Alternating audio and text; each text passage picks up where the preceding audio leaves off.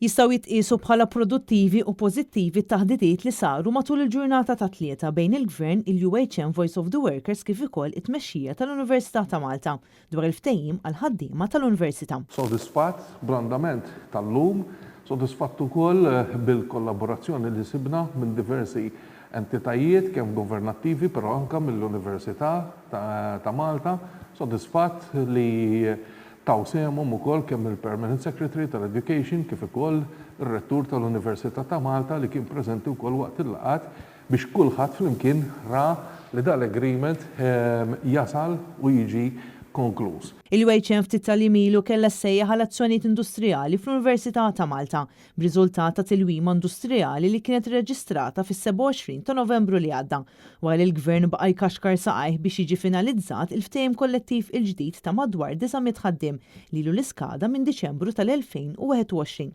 It-tnejn filgħaxija l-UHM Voice of the Workers issospendiet id-direttivi tagħha wara li l-Gvern ressaq xi proposti li waslu wara xhur sħaħ ta' tkaxkir tas-saqajn.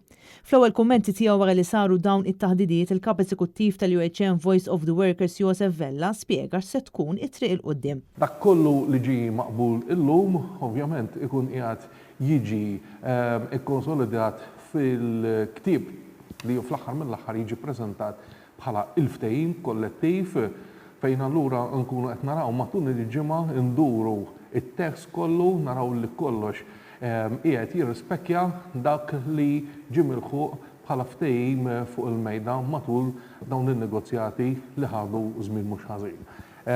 Ovvjament dan ifisser ukoll li fi żmien qarib nkunu qegħdin nlaqgħu il-ħaddiema membri tagħna biex inkunu nistgħu nippreżentawlhom il-ftehim kollettiv għall-approvazzjoni tagħhom.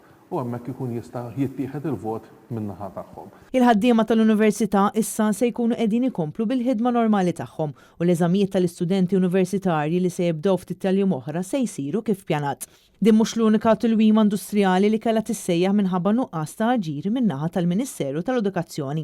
F'Novembru li għadda l-MUT kellha ssejjaħ strajk ta' ġurnata wara li l-Gvern baqa' jkaxkar saqajh dwar il-ftehim kollettiv tal-edukaturi li ma taħdidiet dwar dan il-ftehim kollettiv għadu għaddej sal-ġurnata tal-lum.